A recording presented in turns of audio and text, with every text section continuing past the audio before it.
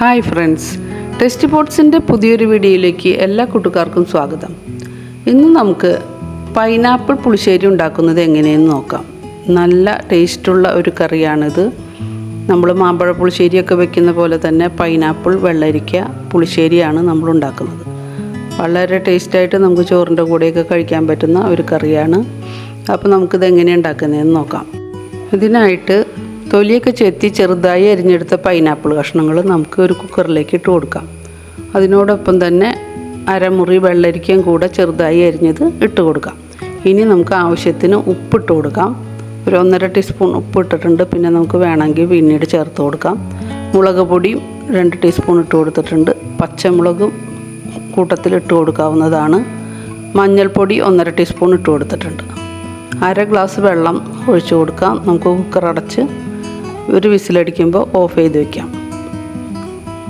ഇനി നമുക്ക് മിക്സിയുടെ ജാറിലേക്ക് അരമുറി തേങ്ങയും 4-5 അല്ലി വെളുത്തുള്ളിയും 1 ടീസ്പൂൺ ജീരകവും കൂടെ ഇട്ട് കൊടുക്കാം. ഇനി ഇതിലേക്ക് 1/2 കപ്പ് തൈര് ഇട്ട് കൊടുക്കാം. തൈരോ മോരോ എന്ത് വേണമെങ്കിലും ഉപയോഗിക്കാം.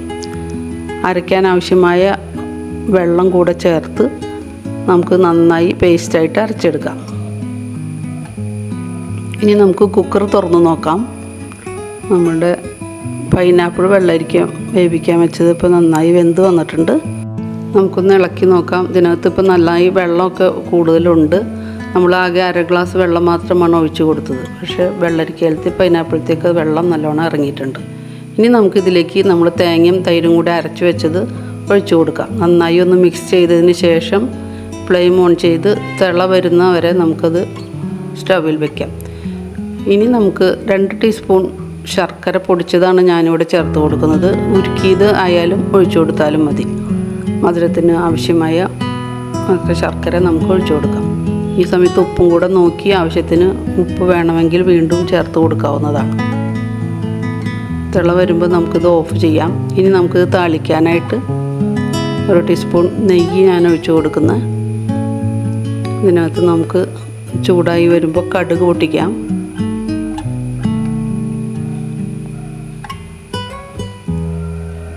നമുക്ക് വേപ്പിലയും ഉണക്കമുളകും കൂടെ ചേർത്ത് താളിച്ച് നമുക്കതിനകത്ത് കറിയിലേക്ക് ഒഴിച്ചു കൊടുക്കാം.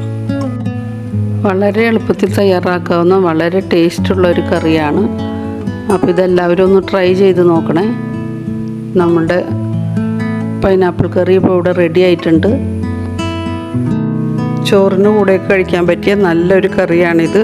അപ്പോൾ പൈനാപ്പിൾ കറി ഇതുവരെ വെക്കാത്തവർ ഒരു പ്രാവശ്യമെങ്കിലും ഒന്ന് വെച്ച് നോക്കണേ. വളരെ എളുപ്പത്തിലുണ്ടാക്കാവുന്ന ഒരു അടിപൊളി സൂപ്പർ കറിയാണ്. അപ്പോൾ ഇത്രയേ ഉള്ളൂ ഇന്നത്തെ വീഡിയോ. പുതിയൊരു വീഡിയോ ആയിട്ട് വീണ്ടും കാണാം. സബ്സ്ക്രൈബ് ചെയ്യാതെ കാണുന്നവരൊന്ന് സബ്സ്ക്രൈബ് ചെയ്തേക്കണേ. ലൈക്ക് ചെയ്ത് കമൻറ്റ് ചെയ്ത് ഒന്ന് സപ്പോർട്ട് ചെയ്യണേ. Thank you for watching. By.